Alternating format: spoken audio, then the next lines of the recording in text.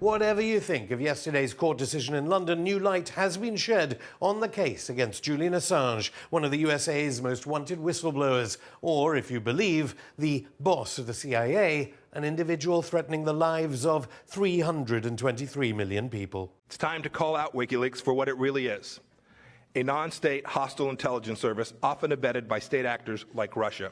Some might argue that Assange's publishing of cables has contributed to international security by revealing NATO war crimes, but that belief appears not to be shared by the British Crown Prosecution Service, which decides on court action in the name of the Queen. Fighting discredited rape allegations, Assange has not, until this week, been able to determine just how politicised his case has been because the CPS allegedly destroyed information. British prosecutors have reportedly admitted deleting email exchanges with their Swedish counterparts regarding the case of WikiLeaks founder Julian Assange. Now, this happened back in 2014. But was it 2014? Now confidential emails show that Swedish prosecutors attempted to drop extradition proceedings against Julian Assange much earlier. And who was the boss of the CPS in 2013? None other than Jeremy Corbyn's current shadow Brexit secretary, Keir Starmer. Here he is talking generally about his role in extradition, one in Assange's case which seems more and more to be arguably political.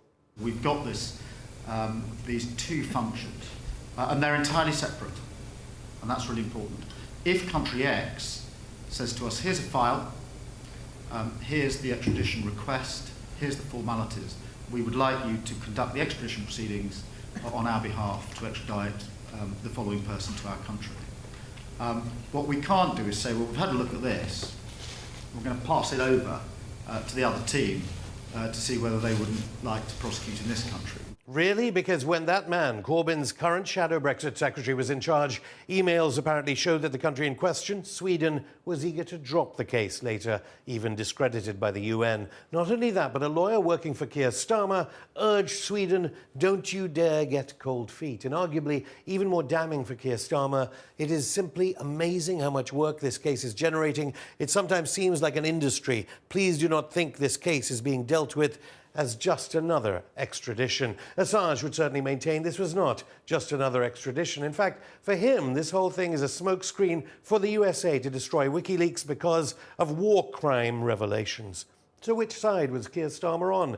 Lifelong critic of US foreign policy Jeremy Corbyn may have now promoted him, but in 2016, Keir Starmer sought to destroy Jeremy Corbyn's leadership of the Labour Party. He resigned, advising that Corbyn could not lead an effective opposition. Today, he has the complex job of shadow Brexit secretary. Well, Keir Starmer also voted against an investigation into the Iraq War.